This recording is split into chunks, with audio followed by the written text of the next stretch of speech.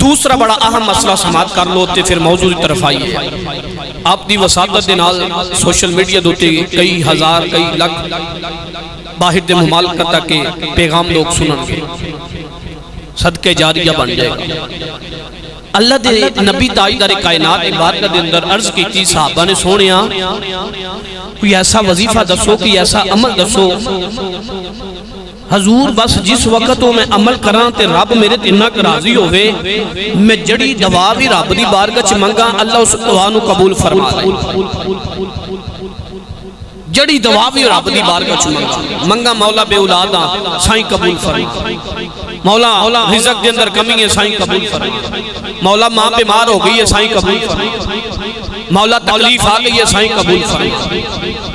حضور کی ایسا عمل داستے ہو حضرت جے بندے دی ایسا مقام آ جائے جو رب کو منگے تے اللہ قبول فرما لے تے پھر تے زندگی آسان ہو جاندی ہے. جے رب نال کنیکشن پکا ہو جائے. آؤ پھر فقیر دا پیغام سنو دربار مصطفیٰ دی خیرات. حضور تاجدار کائنات نے فرمایا صحابہ ایک عمل دسنا وہ عمل کرتے رہا جے جو رب کو منگو گے اللہ عطا فرماتا جائے گا. جو منگو گے جس وقت منگو گے, بیماری آ گئی ہاتھ اٹھاؤ, رزق دی کمی ہاتھ اٹھاؤ, بے اولادی ہاتھ اٹھاؤ, بارش نہیں ہو رہی ہاتھ اٹھاؤ, حالات پریشان ہاتھ اٹھا لو, بے بسی آ گئی ہاتھ اٹھا لو. ان سنو پیغام اللہ دے نبی تاجدار کائنات نے فرمایا ایک جملہ دے لگا عمل تسی کرتے جائے جے رب ٹاڑیوں دعاواں قبول فرماندہ جائے گا. جی سونا پیغام دیو.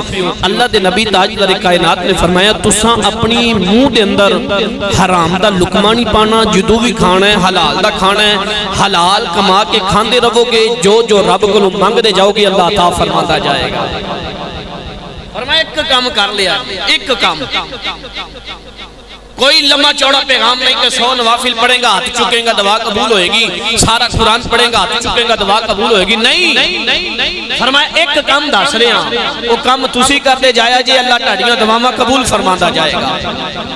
کہ حلال کھانا ہے, حلال کھانا ہے, حلال کھانا ہے, حرام دے قریب بھی نہیں جانے, تسی حلال کما کے کھاندے جاؤ گے رب ٹاڑے تے کرم فرماتا جائے گا.